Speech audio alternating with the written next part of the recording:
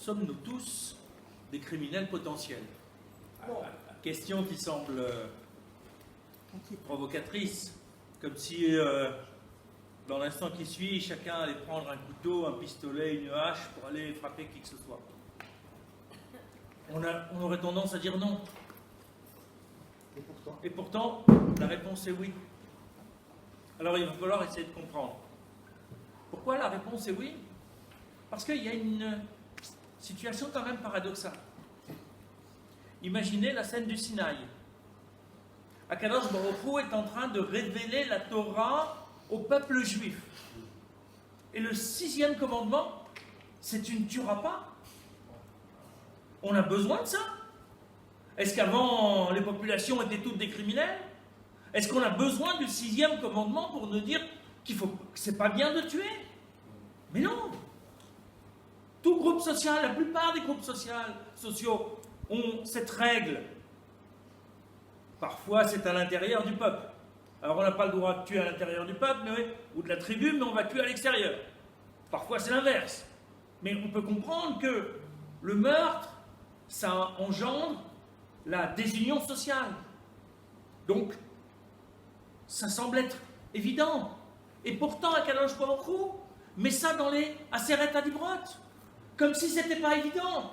Il vient nous révéler la Torah. Il vient nous donner quelque chose de nouveau. Rappelez-vous les 5 premières paroles. C'est fondamental. Et là, il vient nous dire tu ne tueras pas. En quoi ça concerne? En quoi c'est si important? En quoi on a cette potentialité, a priori, d'être tous des criminels? Parce que sinon, si on n'est pas tous concernés, alors là aussi, c'est trop fort. Qu'est-ce qu'il y a derrière cet interdit? Qu'est-ce qu'il y a derrière cette problématique de l'interdit de tuer pour que ce soit si important qu'Akadosh Baruch Hu prenne la peine de nous l'énoncer à l'intérieur des Aseret Adibrot? Ces 13 premiers commandements dans les 10 paroles sur 613, et c'est là qu'il va placer l'interdiction de tuer. D'emblée, on va comprendre que la place de cet interdit dans les Aseret Adibrot, c'est aussi une tête de chapitre en quelque sorte.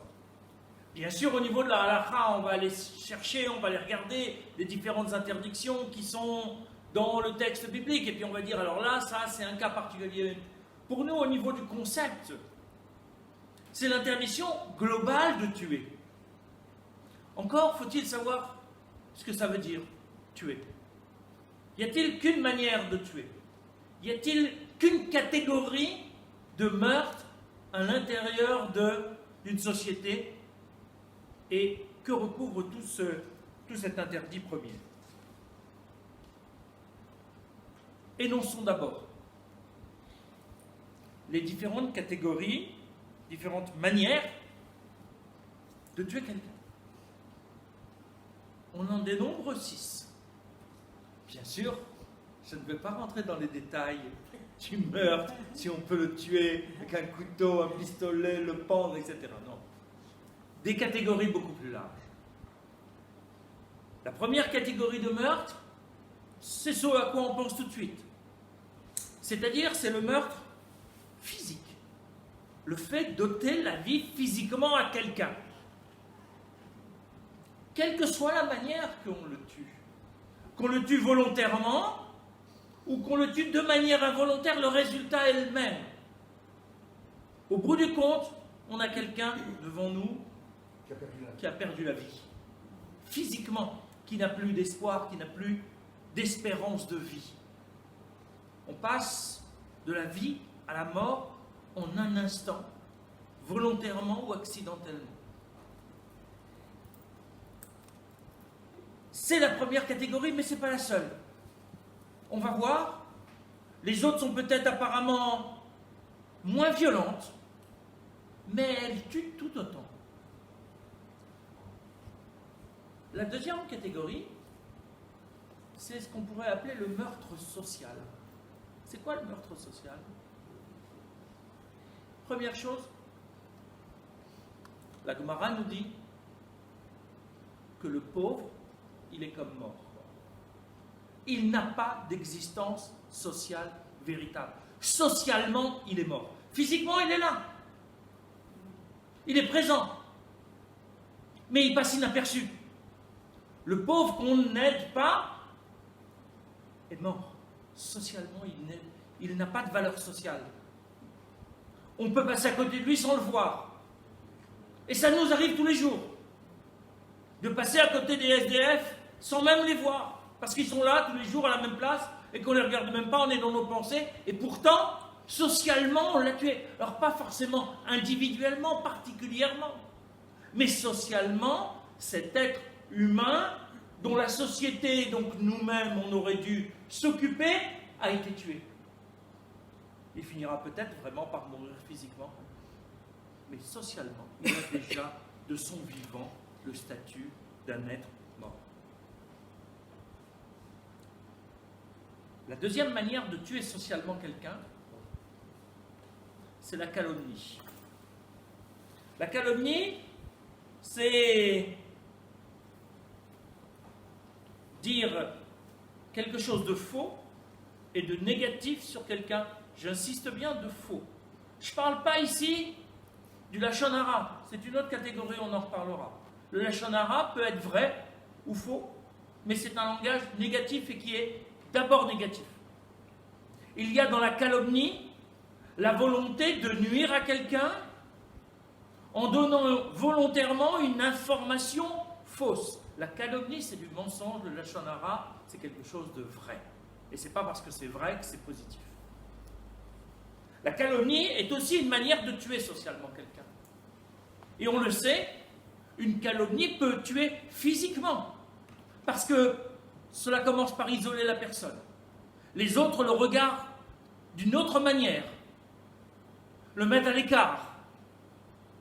Et peut-être vont le pousser au suicide. Parce qu'on est en train de construire un isolement de cette personne par rapport à la société. C'est une manière sociale de tuer quelqu'un.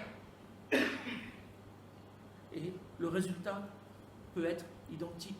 Ce n'est pas parce qu'il ne va pas forcément perdre la vie qu'on ne va pas le tuer et que potentiellement on n'est pas criminel à travers une calomnie. Première catégorie, donc on a vu le crime physique. Deuxième, le crime social. Troisième catégorie, le meurtre psychologique. Le meurtre psychologique, la première situation, c'est de faire honte à quelqu'un. On détruit son image de soi. D'ailleurs, quand on parle de faire honte, on dit qu'on fait pâlir quelqu'un, comme s'il avait perdu son sang. Comme si quelque part, dans sa psychologie interne, il a été détruit. Et ça peut avoir des causes et des conséquences traumatiques fortes. Le fait de faire honte à quelqu'un en public, en plus, c'est une manière de le tuer. Parce que non seulement les autres vont le regarder de manière risible et critiquable, mais lui-même, il est dans une situation où il risque de ne plus savoir qui il est. Quand en français on dit on ne sait plus où se mettre, c'est que socialement on n'a plus de place. Notre existence nous devient douloureuse. On est dans un véritable crime. L'arme n'est pas physique, elle est verbale. Quelques mots bien choisis, et c'est devenu une mode aujourd'hui, il suffit de regarder dans les médias, on s'invective, on se tue, socialement, psychologiquement, sans arrêt. Bien évidemment, ce meurtre psychologique a une autre facette. C'est ce qu'on appelle la chosification. Considérer l'autre comme étant une chose, comme étant un objet, c'est nier son existence psychologique, son existence humaine, nier sa dignité humaine. C'est faire de lui une enveloppe corporelle, physique, dans laquelle on a enlevé le cerveau, on a enlevé l'âme, on a enlevé toute personnalité. Et ce n'est pas si complexe que ça. Continuellement, on est dans une relation à l'autre où on va utiliser l'autre comme un objet de désir, un objet de plaisir. Le fait de regarder l'autre comme si c'était une statue, c'est le tuer. Il a une dignité qui n'est pas reconnue. Il a une humanité qui est niée. On lui dénie son droit à l'existence. C'est comme si on l'avait figé, gelé sur place. Mais du coup, on a en face de soi un être qui psychologiquement, pour nous, est mort. Alors on peut en faire ce qu'on veut, puisqu'il n'a plus d'humanité vivante. On peut l'utiliser comme on veut. On est dans le meurtre. On est dans la potentialité du meurtre, même si on n'utilise pas ni couteau, ni poison. Là, notre regard peut être l'objet, notre arme pour tuer l'autre.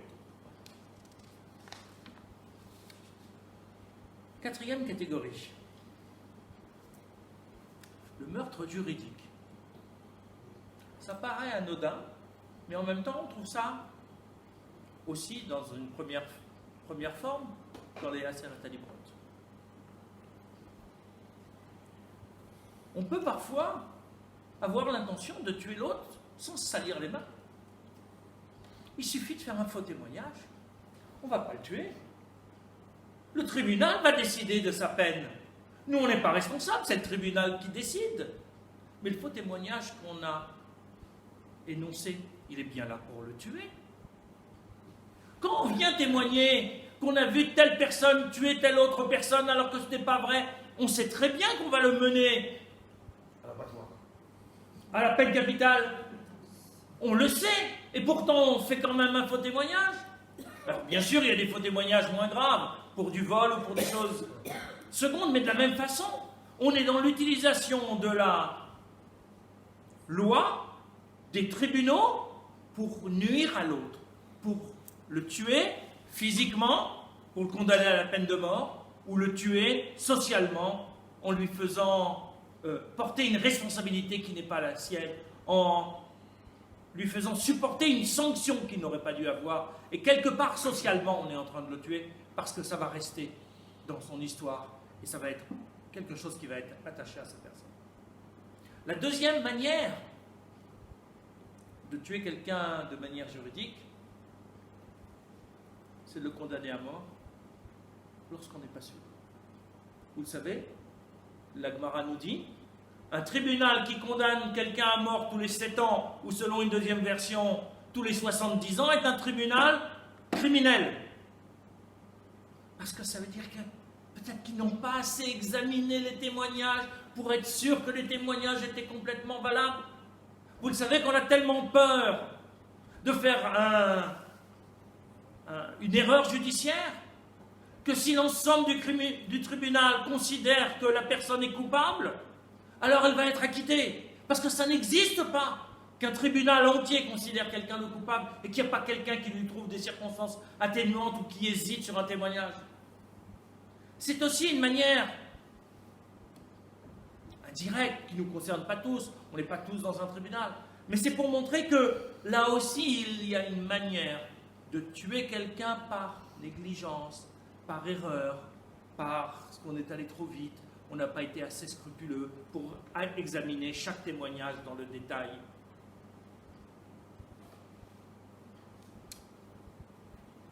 Cinquième catégorie. Le meurtre militaire.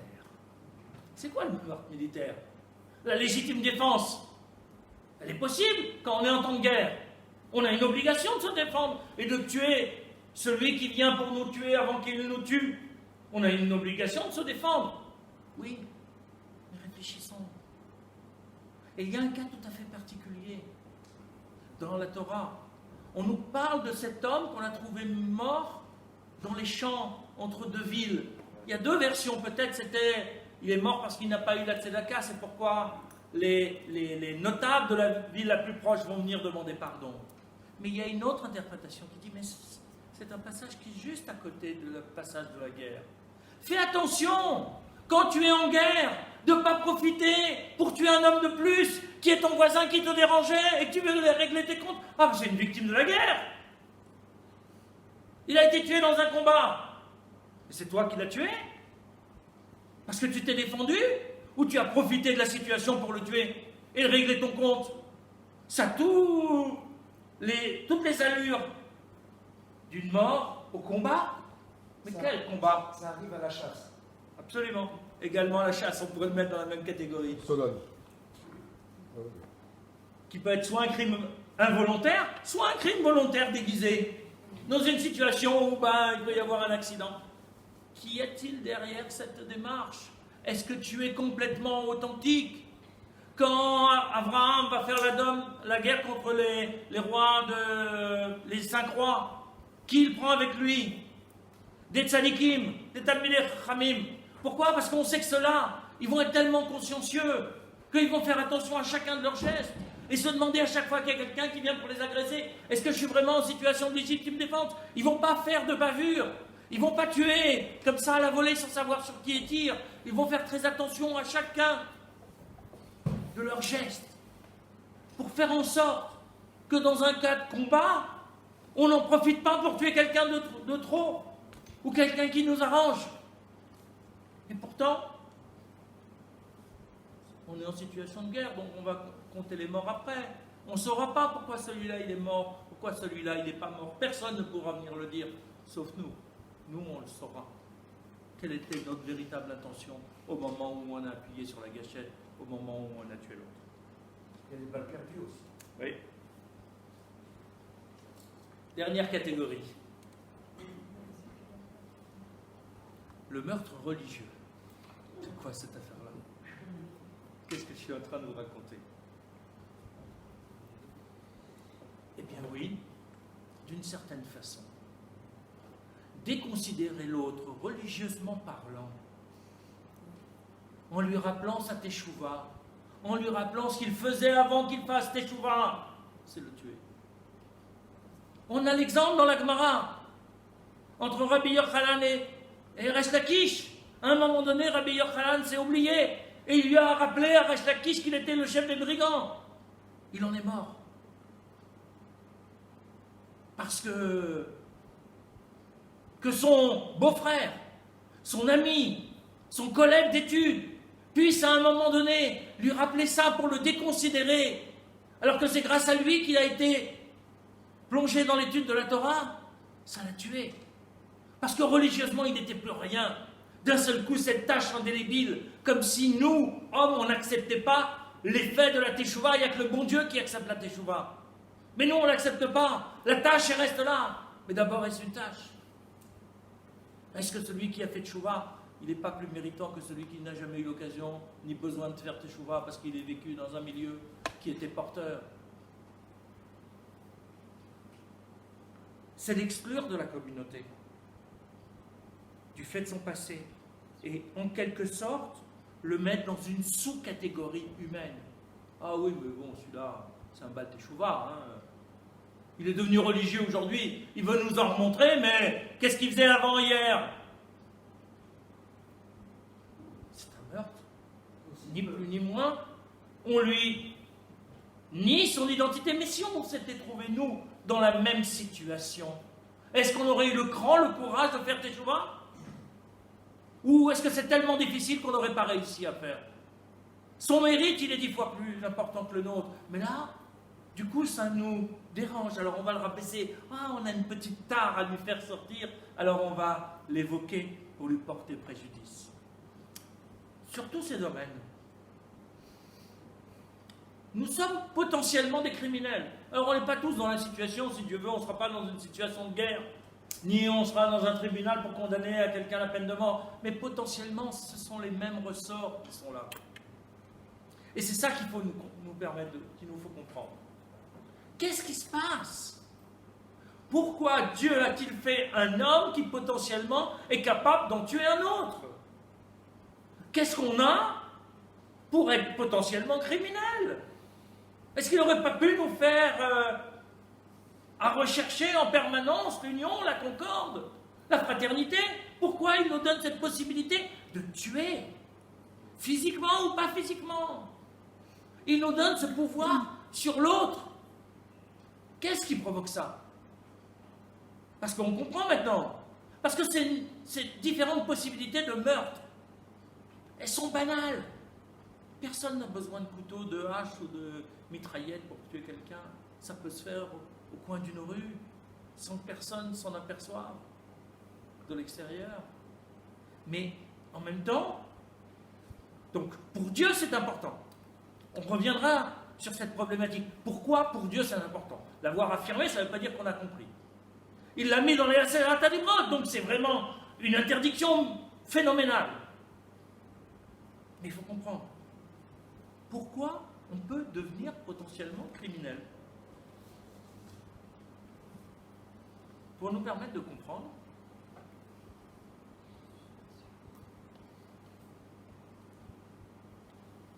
on va faire le détour par une autre histoire. L'histoire du premier meurtre, bien sûr. Première fois que deux frères s'entretuent. Qu'est-ce qui se passe là-bas? Pourquoi le meurtre est inventé? Qu'est-ce qui se joue dans cette problématique-là? Jalousie. On va revenir. Caïn et Abel. Vous connaissez l'histoire. On la parcourt rapidement en glanant quelques informations pour essayer de bien comprendre. L'histoire commence bien. Adam yada et Chava ishto. Adam rencontre amoureusement sa femme, Chava. Déjà, j'ai mal lu. C'est pas Adam dans le texte. Véa Adam et l'homme.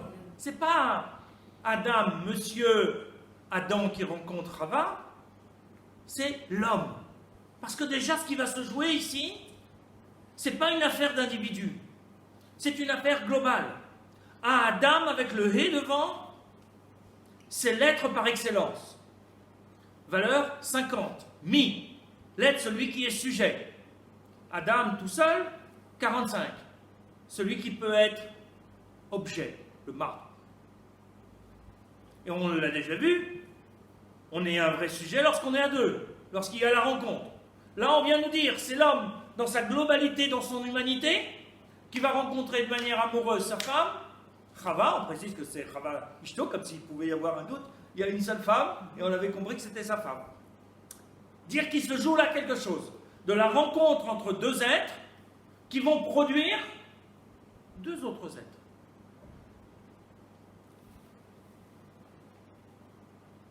Vata'ar vateled et Caïn. Elle a conçu et elle a enfanté Caïn. Vatomer kaniti ish et Hashem. Et elle a dit, j'ai acquis un homme avec Hashem. Différentes lectures, différentes manières de lire ce passage. Restons sur une lecture approximative pour l'instant. Mais d'emblée, il y a des mots. Caïn, kaniti, concept de l'acquisition, concept de l'avoir. Vatosef la ledet et achiv et avel. Vous avez bien noté qu'on nous dit simplement, et elle a continué à enfanter son frère, Evel.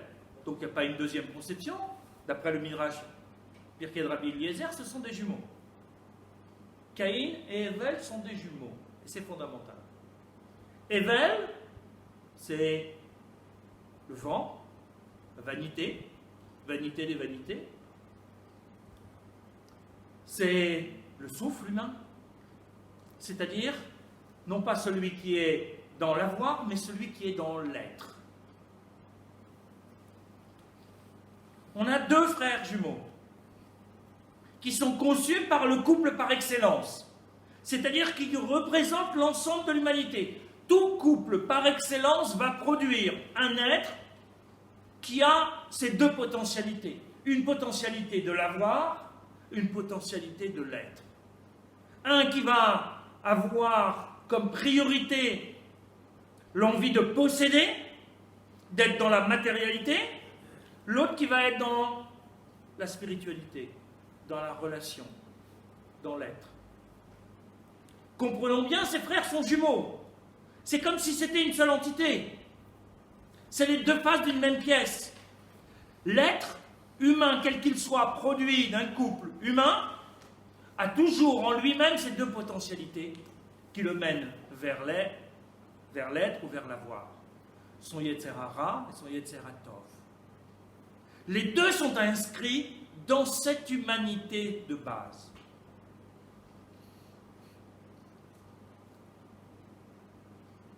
Et vous le savez, je vais revenir sur toutes ces notions pour les réexpliquer plus tard, je continue d'abord le récit. Et vous le savez, ils vont avoir deux métiers symboliques. Veillez Evel Roetson. Et Evel était berger. Il s'occupe de moutons. Pas pour les manger. Les hommes sont végétariens jusqu'à la sortie de l'arche du déluge, donc ils sont végétariens, ils ne mangent pas de viande. Donc il a besoin du mouton et de la brebis pour son lait, pour la laine, pas pour la consommation. Le Caïn, Aya, Oved, Adama. Et Caïn travaillait la terre. Oved, Adama. Travaillait, servait. Oved Hashem, on est serviteur de Dieu. Oved Adama, serviteur de la terre. L'un est au service de la terre et il la travaille pour qu'elle produise. Et son objectif, c'est d'avoir et d'avoir toujours plus pour consommer, pour en profiter pour les biens de ce monde. L'autre, il est berger. Il ne travaille pas, il n'est pas au service de l'animal, il accompagne l'animal pour que l'animal puisse lui produire ce dont il va avoir besoin pour se vêtir ou pour se nourrir avec le lait. On n'est pas dans la même relation. On est dans la gestion du vivant, on est dans la gestion du matériel. Terre, qui, je vous le rappelle, est partiellement, on veut dire sur ce concept, mais gardons ça de manière rapide maintenant, est partiellement maudite par la faute ou l'erreur de Adam et Chava. Donc une terre qui n'est pas présentée comme positive, ça ne veut pas dire qu'il ne faut pas travailler la terre. La plupart des patriarches ou des personnages bibliques importants sont plutôt bergers, sauf Yitzhak. Yitzhak, il est dans la relation à la terre, il est cultivateur. Mais Yitzhak, il est aussi celui qui est sédentaire. Il ne quitte pas Eretz Canaan. Tous les autres vont bouger. Tous les autres vont être des nomades. Le nomadisme, oui, pour la relation à l'être, pour la rencontre avec autrui, pas le nomadisme parce qu'il faut être nomade et qu'il ne faut pas avoir de lieu pour habiter. On a donc deux personnalités qui se concrétisent dans leur métier. L'un dans la possession, l'autre dans la relation avec le vivant. Vayomer Caïn el Evel Achi. Je vous passe le passage pour raccourcir un petit peu, où ils font chacun une offrande. L'un fait une offrande des produits de la terre, l'autre fait une offrande, Evel fait une offrande des premiers-nés de son troupeau. L'offrande de Caïn n'est pas agréée par Dieu, celle de Evel est agréée par Dieu. Et juste après, on nous dit Vayomer Caïn Evel Achi. Caïn parle, engage le dialogue avec Evel, son frère. Veillez biyotam basade, vayakom Caïn el Evel, echav, vayargeu. Et ils se trouvaient comme ils étaient dans le champ. Caïn se leva sur son frère, Evel, et le tua.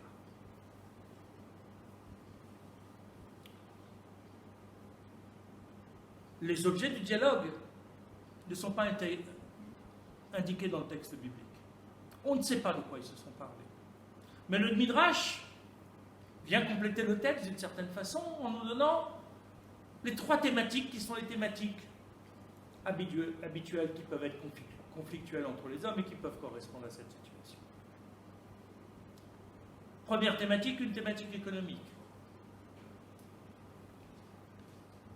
Caïn est cultivateur, donc il considère que la terre lui appartient, puisqu'il cultive cette terre. Donc comment, si la terre lui appartient, pourrait-il supporter et accepter les troupeaux de Hével qui vont piétiner cette terre? Donc il y a une volonté de dire tout est à moi, mais pas de partage. Si moi je prends la matière et toi la spiritualité, alors envole-toi. Le combat pour la possession, le combat pour l'argent, le combat pour l'avoir, c'est le combat économique qu'on rencontre à toutes les générations, y compris aujourd'hui. C'est l'une des premières disputes entre les hommes, potentiellement lorsqu'on n'arrive pas à comprendre que ces biens ne nous appartiennent pas et qu'on en est juste les utilisateurs. La deuxième thématique de dispute sont les thématiques pour la femme. Caïn et Hével sont nés avec des sœurs jumelles. Je vous rappelle qu'ils sont seuls au monde. Ça apparaît dans le texte, notamment à travers l'expression de la conjonction de coordination « et », qui dit qu'à chaque fois qu'il y en a un qui naît, il naît avec quelque chose. Le « et » peut être traduit par « avec », et les commentateurs nous disent c'est qu'il y a quelque chose qui est présent.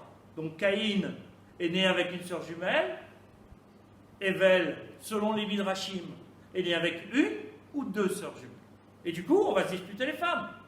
Il y a même un Midrash qui vient nous dire que la sœur jumelle de Hével était plus belle que la sœur jumelle de Caïn. Donc Caïn veut les deux. Ou il veut celle de son frère. Donc on va se disputer. Pourquoi?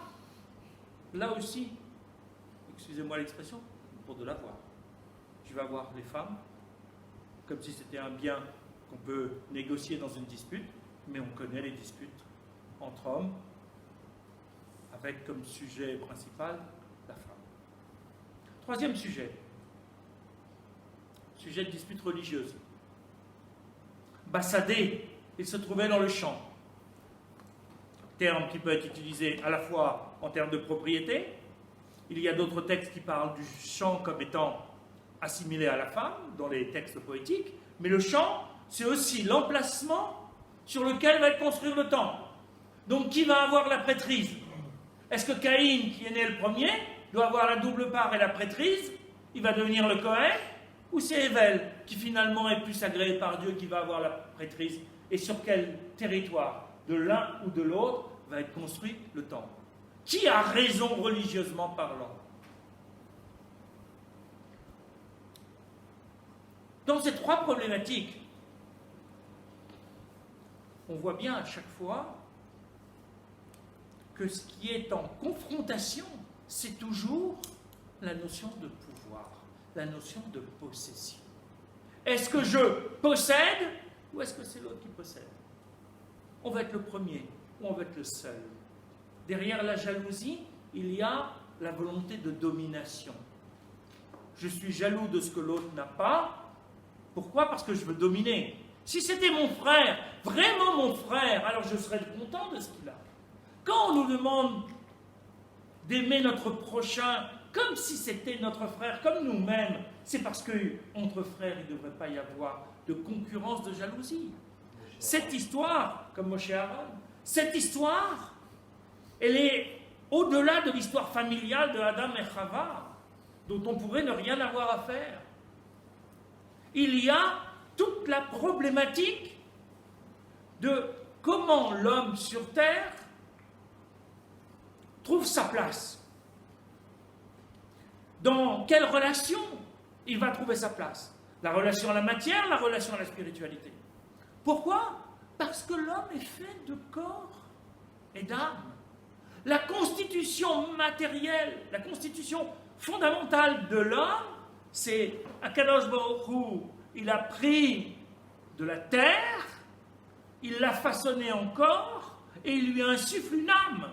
L'homme vivant, c'est la réunion des deux qu'on est incapable de séparer. Alors on les sépare verbalement, conceptuellement, mais dans la réalité, où est-ce qu'elle est notre âme?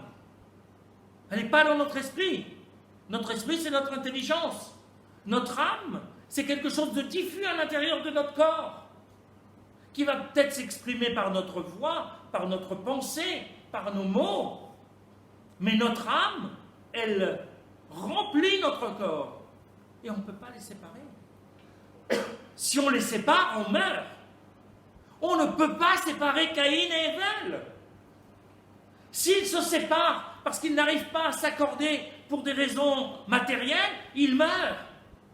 L'un physiquement, l'autre socialement et psychologiquement. Sa génération va disparaître avec le déluge. Et nous ne sommes pas les descendants de Caïn, ni de Ève.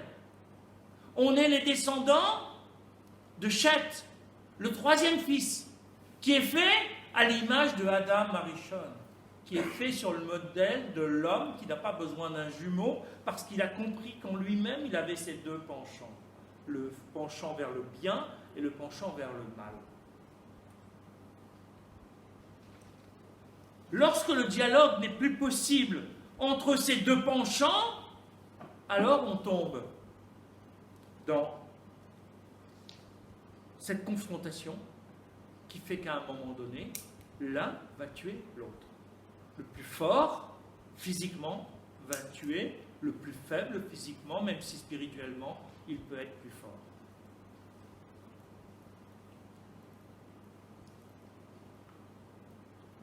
Pourquoi?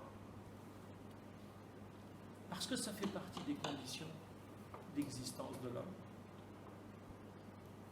L'homme est conçu par Akadosh Baruch Hu comme un être qui a une mission. Dans un univers matériel, il doit apporter de la spiritualité. Donc forcément, il est ancré dans l'univers matériel. Donc il est ancré dans ce que nous appelons mal, mais parce que ce mal nous éloigne de la spiritualité. C'est pas parce que la matière est mauvaise en soi. La matière est une création d'Akadosh Baruch Hu. Donc elle est positive. Notre défi, c'est de faire en sorte que cette matière puisse permettre à notre neshama de s'élever. Parce que la neshama ne peut pas toute seule. La neshama n'a pas d'énergie. La neshama, c'est une graine statique lorsqu'elle est dans le monde des âmes, avant notre naissance. C'est une graine qui a tout le potentiel, mais elle est figée. Au moment où l'individu naît, la graine est plantée dans un corps qui va constituer son terreau, qui va lui permettre de grandir, qui va lui permettre de s'épanouir. Et ce sont nos actes positifs, c'est-à-dire emplis de spiritualité, qui vont permettre à notre âme de s'épanouir comme une fleur et de diffuser son parfum et de resplendir. Nos actes négatifs la freinent ou la font redescendre dans sa croissance. Nos actes positifs la font monter et s'épanouir. C'est une fois qu'elle est épanouie que normalement, Akadosh Baruch Hu, à 120 ans, vient cueillir cette fleur et la mettre dans le Olam HaNeshamot. Parce que dans le Olam HaNeshamot, après la mort, la fleur, elle est aussi figée, elle est mise sous globe. Elle ne va plus pouvoir se développer. Elle doit être arrivée sur Terre à son développement complet. C'est pour ça que les kabbalistes nous parlent de Gilgulim, de réincarnation. Si une fleur n'a pas réussi à se développer comme il faut, qu'elle est restée en puissance mais n'a pas pu se redévelopper, alors on va lui donner une deuxième chance, ou une troisième chance, jusqu'à ce qu'elle puisse arriver à son plein épanouissement. Parce que là-haut, dans la phase des âmes épanouies, il ne doit y avoir que des fleurs resplendissantes et qui diffusent leur parfum. Mais pour que ça marche, il faut qu'il y ait le terreau. Le terreau, c'est la matière. C'est notre matérialité. La difficulté, c'est que cette matérialité, elle peut nous entraîner à tuer l'autre. Parce que la matérialité nous entraîne à prendre le pas sur l'autre.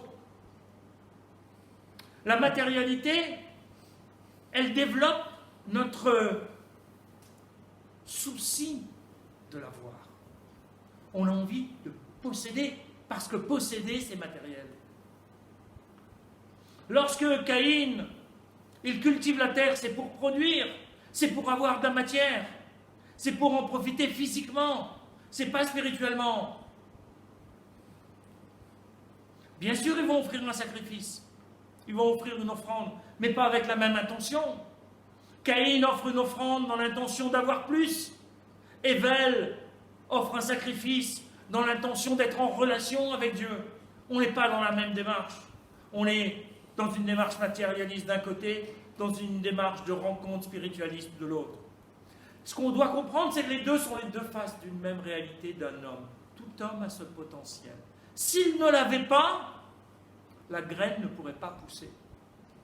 S'il n'avait pas la matière, ça ne se développerait pas. S'il n'avait pas la matière, il n'aurait pas de mérite à faire des actes spirituels. Donc, il n'aurait pas cette sève qui va pousser dans la plante. Parce que cette sève, c'est le mérite qu'on acquiert avec chaque action de spiritualité, qui nous permet de nous développer, nous élever, donc de faire pousser cette fleur extraordinaire.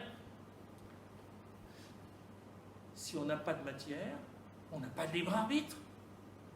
On n'a pas de mérite à faire ce qu'on fait. Donc on ne fait rien pousser. Les anges n'ont pas de corps matériel, ils n'ont pas de mérite. Ils ne peuvent faire que ce pourquoi ils sont programmés. C'est des super robots spirituels. C'est pas ça qu'Akadosh Baruch Hu a voulu créer. Akadosh Baruch Hu a voulu retirer une partie de cette lumière en nous disant, à nous, hommes, vous avez les moyens de faire revenir cette lumière. Entre-temps, il y a de l'obscurité, puisque cette lumière spirituelle a été contenue, a été cachée pour l'homme. Donc vous avez les moyens de la produire, par vos actions, par votre élévation. Yemot HaMashiach, c'est le dévoilement de cette lumière spirituelle d'Akadosh Baruch Hu pleinement, tout en restant homme.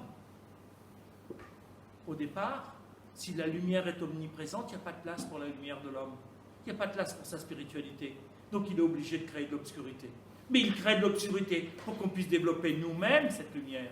Et que cette lumière qui va prendre son énergie, qui va grandir grâce à la matérialité dominée, qui va prendre son énergie chez Akadosh Baruch Hu, alors ce sera une lumière façonnée par le travail humain qui pourra se trouver en connexion avec la lumière d'Akadosh Baruch Hu. Mais si on reste attiré dans la voie, donc potentiellement criminel, on empêche tout ce processus. Ce que Akadosh Baruch Hu vient nous dire, tu ne tueras pas. C'est pas simplement, même si c'est déjà énorme, tu ne vas pas tuer parce que c'est moi qui ai créé. Le 6e commandement, il est en face du premier. Anochi Hashem Elokecha asher hotzirticha me'eretz Mitzrayim. Je suis l'Éternel, ton Dieu, qui t'est sorti d'Égypte. C'est mon point d'identification. Tu me connais parce que je suis cet être-là. Donc c'est moi. On l'a vu dans la carte d'identité que ça correspondait à la description pour nous de l'être de Dieu.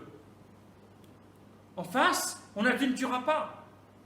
Donc on comprend tout de suite que si je tue, je remets en question la parole qui est en face. Je me prends pour Dieu. Mais au-delà, non seulement je me prends pour Dieu, mais en tuant un homme, je détruis la création d'Akadosh Baruch Hu. Pas simplement l'homme que je tue, mais tout le principe de la création par Akadosh Baruch Hu, de son monde et de l'humanité. C'est pour ça qu'on est au tout début là. Le premier meurtre, on doit prendre conscience de cette potentialité dès le départ, parce que c'est tout le projet divin de création du monde. Je fais un homme pour qu'il crée comme moi de la lumière, de la spiritualité, qu'il soit générateur de positivité dans le monde grâce à l'énergie qu'il va prendre dans la matière. Et que la lumière que j'ai cachée puisse revenir. Mais si cet homme, qui doit pour ça avoir un mérite, donc il doit avoir la possibilité de faire l'inverse, fait vraiment l'inverse, alors il accentue l'obscurité. Il retarde le dévoilement de la lumière d'Akadosh Baruch Hu. Tuer quelqu'un physiquement socialement, spirituellement, psychologiquement, c'est empêcher l'avancée du monde, c'est ralentir le dévoilement de la lumière d'Akadosh Baruch Hu. Et donc notre rencontre possible en tant qu'homme, en tant que partenaire d'Akadosh Baruch Hu. Donc on voit que derrière ce simple interdit social, il y a toute une autre histoire qu'on est en train de nous raconter. Parce que ce crime, c'est le crime à l'intérieur de la fratrie. Nous sommes tous frères en humanité. Juifs, non-juifs, peu importe. Nous sommes tous frères en humanité. Le peuple juif, il a une autre mission. Mais là, par rapport à ce problème-là, c'est pas, alors j'ai le droit de tuer un non-juif et pas tuer un juif, non. On est au même niveau en humanité. L'homme est un homme quel qu'il soit. Il a un corps et une neshama quel qu'il soit. Que sa neshama soit disposée à la spiritualité ou elle soit moins disposée, peu importe. Mais il a une neshama. Adam, c'est pas un juif. Tout homme a une neshama. Chaque neshama a une spécialité qui sera la sienne parce que chaque individu a une mission à accomplir. Mais tuer un homme, physiquement, socialement, spirituellement, c'est empêcher ce dévoilement de la lumière d'Akadosh Baruch Hu à l'intérieur du monde. Parce qu'on n'a pas réussi à être frères. Caïn et Èvel, parce que ce sont les deux stéréotypes de nos deux penchants, n'arrivent pas à être frères. Alors ils ne pourront rien produire. Si on n'arrive pas à être frères, on ne peut pas donner la vie à autre chose. Il va falloir attendre Chet, qui est le troisième, qui va être à l'image de Adam, c'est-à-dire qui va être à l'image de l'être complet pour pouvoir créer une humanité qui va essayer de construire cette fraternité. Mais ne pas tuer, c'est considérer l'autre comme un frère. C'est être capable de dialoguer avec lui, quel qu'il soit. C'est pas facile. On n'a pas envie, quand on passe devant un SDF, ni de dialoguer avec lui, ni même de lui donner une pièce, parce qu'on en a soupé de ces SDF qu'il y a partout. Mais en réalité, c'est un défi à notre acceptation de l'humanité de l'autre et de sa différence. Or, on ne s'unit qu'avec des êtres différents. Si on était tous identiques, il n'y aurait pas de mérite à s'unir, on serait des clones et il n'y aurait pas de fraternité possible. Mais on est des êtres différents qui devons considérer l'humanité de chacun des êtres qui nous entourent là où ils sont et savoir qu'en les tuant, c'est-à-dire en ne les considérant pas ou en les méprisant ou en tournant la tête, en fait, on retarde ni plus ni moins le dévoilement de la lumière d'Akadosh Baruch Hu, cette lumière de spiritualité qui doit resplendir à l'époque messianique.